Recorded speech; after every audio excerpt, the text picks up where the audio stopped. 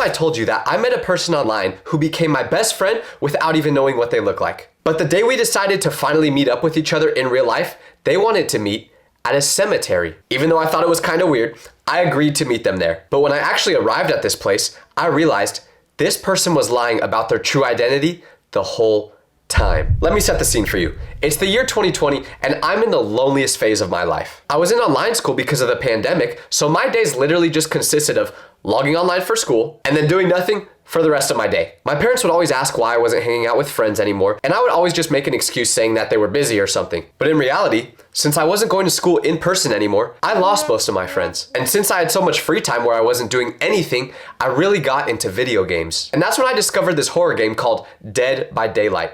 And this is where the story really begins. Because if you've never played this game before, basically how it works is one person plays as the killer and the other four are trying to survive and escape. It's terrifying and addictive at the same time. So I'm just playing this game one night and I get matched with this person that was super funny. There's no voice chat, so I couldn't actually hear them speak, but just the way they were playing was comedy. We ended up winning the round super quickly and they sent me a friend request after so we could keep playing together. Their username was Banned from Walmart. Never asked what that meant, by the way. But anyways, we started playing together every single day. And after a couple weeks, he asked if I wanted to start talking to him over Discord while we were playing. I said yeah, and just like that, a new friendship was made. The first time we spoke over Discord, I was nervous because I had no idea what he was gonna sound like. I joined his voice chat, and sure enough, he sounded around my age. Although, there was always just something a little bit different sounding about his voice, and you'll understand why later. But either way, we got along really well. At first it was just the game we'd talk about, but eventually we started talking about everything. School drama, family problems, our dreams, stuff that you usually only share with your best friends. And this pretty much became our daily routine. I'd finish my online school, immediately hop online, and then we would just play video games for hours. Sometimes we'd even just sit in voice chat talking with each other without playing a game. Banned from Walmart became the person I looked forward to talking to every single day. Matter of fact, they were pretty much the only person outside of my family that I was talking to at all. And I know what everyone's thinking hearing this. Tyler, you need to touch grass, buddy. You're totally right. I did need to. But guess what? I never did. And guess what else? I still don't. The craziest thing about our friendship was that they knew me better than almost anyone else in my life, even though I'd never met them before. Matter of fact, I didn't even know what they looked like. And trust me, that would come back to bite me later. So we've been gaming together for probably 6 or 7 months at this point when I realized I knew everything about this person except for one detail. I knew their favorite foods, I knew their biggest fears, I knew their family drama, I even knew their class schedule.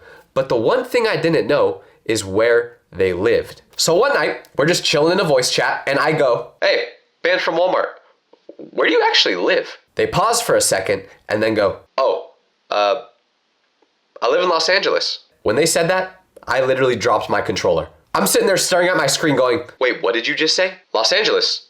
Why?" "Dude, I live in Los Angeles too. What part?" They ended up saying an area that was about 20 miles away from me. So I'm completely losing my mind at this point because for some reason, I always just imagined that they live somewhere insanely far away, like the Philippines or something. But in reality, we were literally in the same city. What are the odds? When we found out how close we lived to each other, I said, "Dude, we totally have to meet up." Banned from Walmart sounded a little bit sketched out at first, but then they reluctantly agreed. But this is where things get weird because I told him that he could choose where we meet.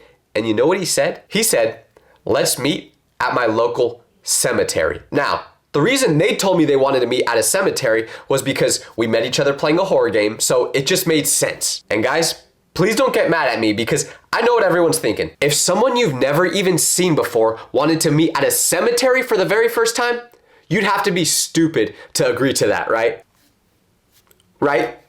Well, for some reason, I didn't think that way at the time. My brain immediately started rationalizing this obviously terrible idea.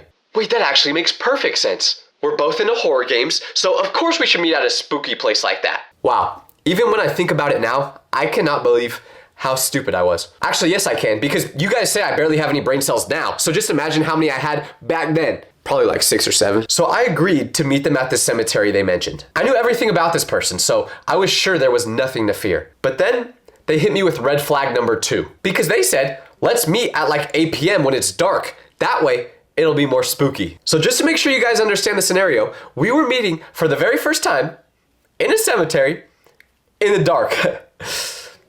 I deserve all the comments you guys say about me because as they're talking about this, I'm just going, oh yeah, I totally get why they want to meet in a cemetery. This is going to be awesome. In reality, I had no idea the actual reason they wanted to meet in a cemetery was for a very specific reason. For me, home is always moving.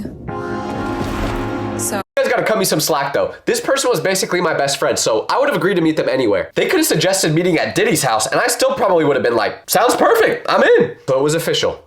We were gonna meet at a cemetery. Now there was only one problem with all this. Well, actually there was a lot of problems, but only one I was aware of at the time. And the problem was, I didn't have a license, and there was no chance my parents would take me to meet up with a random stranger. I couldn't exactly just go up to my parents and say, hey, can you take me across town to meet my internet friend at a cemetery after dark? What? No. Oh, why not? Because what if this person's dangerous?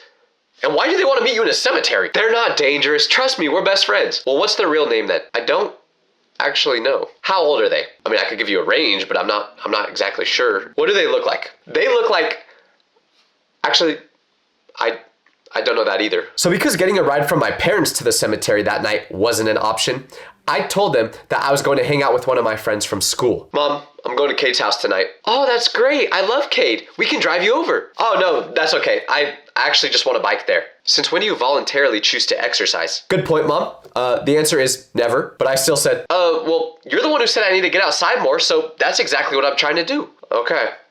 Fair enough. Step one was complete. My cover story was working. My parents did seem a little suspicious of what I was saying because, one, I always act super awkward when I'm lying, so they probably could pick that up. And two, it was really hard for them to believe I would actually want to bike there instead of getting a free ride. But I think my mom was just happy that I was going to go hang out with someone instead of staying inside my room the whole night again. So she didn't care what the details were. I could have told her I was going to twerk all the way to Cade's house, and she still probably would have let me go. So I grabbed my bike from the garage, texted Band from Walmart that I was getting ready to leave, and they told me that they were about to leave too. I should have never left my house that night though, and especially not to meet someone I didn't really know at a cemetery. Quick thing before we go any further, and yes, I did just randomly get a haircut in between clips, but anyways, I've been doing this new side mission lately anytime I'm waiting around in the drive-thru, waiting for a doctor's appointment, or when my friends show up 20 minutes late as usual. It's called Free Cash, today's sponsor, and it basically turns your phone into a rewards machine. You play games, try out once again, another red flag. But anyways, that's what they were gonna do until I got there. So I pedal as fast as I can and end up getting to the cemetery around 8:30 p.m., meaning I was half an hour late. I didn't think it would be a big deal at first because they kept texting me that it was fine and that they were just chilling. But me being late would end up being crucial to what happened next. So I finally text them that I've arrived, exhausted, smelly, oiled up, and the cemetery's looking pretty spooky. It had a really old vibe to it with a lot of broken tombstones. But the biggest obstacle was a big metal gate at the entrance blocking off anyone from getting inside. So I pull out my phone and text my friend, yo, I'm here, how do I get inside? I was so excited and anxious in this moment because I was about to meet the person who I considered my best friend. I'm staring at my phone waiting for a response, which would usually take just seconds from them. But for the first time pretty much ever, when I texted them, they didn't respond. The message showed up as delivered, but I didn't get an answer. I thought it was odd, but there could have been plenty of reasons for this. So I wait another minute and try again. Hey, I'm at the front gate. Let me know where you're at. But still nothing. This was weird. They literally just told me that they were here waiting for me. I knew they were inside. So what could they have been doing to not respond to me? Maybe they just didn't hear their phone go off. So I decide to call them. Their phone rings twice, and then it goes to voicemail, which means they physically press decline on the call. That's when the first wave of confusion hits me. Why would they decline my call? They were waiting for me this whole time. They knew I was coming. It just doesn't make any sense. Were they mad because I got there late? I wasn't sure. So I decided to take matters into my own hands and find my own way inside. I figured if I got in the actual cemetery, it wouldn't be that hard to find them. After all, the place was closed, so they were probably the only person inside there, right? Right? Well, I start walking around the perimeter, looking for an entrance, while also calling out their username. Bam from Walmart. You hear me? Did I feel slightly stupid yelling someone's username into a cemetery? Yes, but what else are you gonna do? So I'm walking and walking, and then finally, I notice a section where the gate is broken. Perfect size for someone that's 6'5" like me to sneak under and get through. I also figured that's probably how my friend got inside too. The only unfortunate part was I couldn't fit my bike through it, so that had to stay on the outside. And trust me, that would come back to bite me later. I turn on my phone's flashlight because I didn't bring a real one since I didn't think it would be this dark, and I start walking in between the tombstones. And listen, I know I said I like horror games, and trust me, I do, but that doesn't mean that I'm not a scaredy cat. I don't play the horror games and react like this to a jump scare. Whoa, cool. What was that? So I'm trying to find my friend, ready to pee my pants now because I was scared to be in a dark cemetery alone. And I'm saying his name out loud, almost shouting it. This place is literally silent except for the sound of my voice and my feet hitting the ground. I'm walking deeper into the cemetery, checking behind larger tombstones and mausoleums, thinking that maybe they're just hiding as some kind of joke, trying to play a prank on me. After all, they did want our first introduction to be at a cemetery, so who knows if they thought it would have been funny to pull some terrifying practical joke. I walk around for 5 minutes or so, and then finally, I see a flashlight beam in the distance, maybe 50 yards away. I felt so relieved because I was thinking, this has to be them. So I start jogging over toward the light, saying out loud, "Hey, man from Walmart! It's me, LeBron's lover." Don't ask how I came up with that username, by the way. But their reaction when I went over to them was super weird. Instead of recognizing my voice and saying something to me, they started running in the opposite direction, like sprinting as fast as they could. So I just started saying out loud, "Why are you running? Why are you running?" They run until they get to the front gate, realizing that there's nowhere else to go and they're just gonna have to confront me. I catch up to them, completely